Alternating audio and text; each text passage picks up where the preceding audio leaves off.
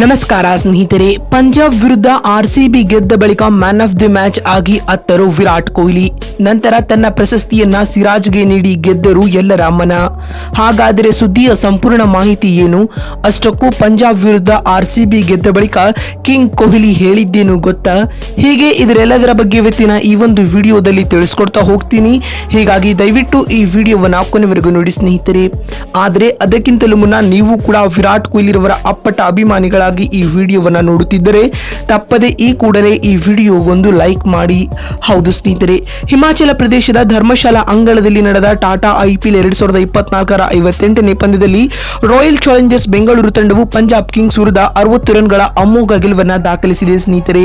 ಈ ಮೂಲಕ play of ಹೋಗುವ RCB ತಂಡದ ಕನಸು ಇನ್ನೂ ಕೂಡ ಜೀವಂತವಾಗಿದೆ ಅಂತಾನೆ ಹೇಳಬಹುದು. ಹೌದು, ಈ ಒಂದು ಪಂದ್ಯದಲ್ಲಿ ಟಾಸ್ ಸೋತು ಮೊದಲು ಬ್ಯಾಟಿಂಗ್ ಮಾಡಿದ ರಾಯಲ್ ಚಾಲೆಂಜರ್ಸ್ ಬೆಂಗಳೂರು ತಂಡವು ನಿಗದಿತ 20 ಓವರ್ಗಳಲ್ಲಿ 7 ವಿಕೆಟ್ ಕಳೆದುಕೊಂಡು 241 ರನ್ ಕಲೆ ಹಾಕಿತು.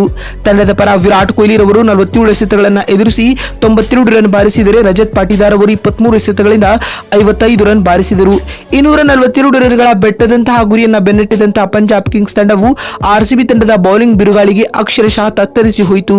ಪರಿಣಾಮ ಕೇವಲ 17 ಓವರ್ಗಳಲ್ಲಿ 181 ರನ್ ಕಲೆ ಹಾಕಿ ಸರ್ವಪತನವನ್ನ ಪಂಜಾಬ್ ತಂಡವು ಕಾಣಿತು. ಇದರೊಂದಿಗೆ 60 ರನ್ಗಳ ಅದ್ಭುತ ಗೆಲುವನ್ನ RCB ತಂಡ ದಾಖಲಿಸಿತು ಸ್ನೇಹಿತರೆ. ಮತ್ತು ಇಂದಿನ ಪಂದ್ಯದಲ್ಲಿ ವಿರಾಟ್ ಕೊಹ್ಲಿ ರವರು 47 ಎಸೆತಗಳಿಂದ 7 ಬೌಂಡರಿ ಹಾಗೂ 6 ಸಿಕ್ಸರ್ಗಳ ಸಹಾಯದಿಂದಾಗಿ 195ರ ಸ್ಟ್ರೈಕ್ ರೇಟ್ ನಲ್ಲಿ 92 ರನ್ ಬಾರಿಸುವ ಮೂಲಕ ಗೆಲುವಿಗೆ ಪ್ರಮುಖ ಕಾರಣರಾದರು. ಇದರೊಂದಿಗೆ ಇವರಿಗೆ ಪಂದ್ಯ ಶ್ರೇಷ್ಠ ಪ್ರಶಸ್ತಿಯನ್ನ ಕೂಡ ನೀಡಲಾಯಿತು. ಇದೀಗ ಪಂದ್ಯ ಮುಕ್ತಾಯದ ಬಳಿಕ ಪೋಸ್ಟ್ ಮ್ಯಾಚ್ ಪ್ರೆಸೆಂಟೇಷನ್ ವೇಳೆ ಮಾತನಾಡಿದ ವಿರಾಟ್ ಕೊಹ್ಲಿ ರವರು ಭಾವುಕರಾಗುವ ಮೂಲಕ ಮ್ಯಾನ್ ಆಫ್ ದಿ ಮ್ಯಾಚ್ ಆಗಿ ಈ ರೀತಿಯಾಗಿ ಹೇಳಿದ್ದಾರೆ. RCB ತಂಡದ ಈ ಗೆಲುವು ನಮ್ಮಲ್ಲಿ ಅತಿಯಾದ ಆತ್ಮವಿಶ್ವಾಸವನ್ನ ತುಂಬುತ್ತಿದೆ. ನಾವು ಮುಂಬರುವ 2 ಪಂದ್ಯಗಳಲ್ಲಿಯೂ ನಾವು ನಮ್ಮ ಬೆಸ್ಟ್ ಆಟವನ್ನ ನೀಡಿ ಪ್ಲೇ ಆಫ್ಗೆ ಎಂಟ್ರಿ ನೀಡಲು ಎದುರು ನೋಡುತ್ತಿದ್ದೇವೆ ಎಂದು ಕಿಂಗ್ ಕೊಹ್ಲಿ ಹೇಳಿದ್ದಾರೆ.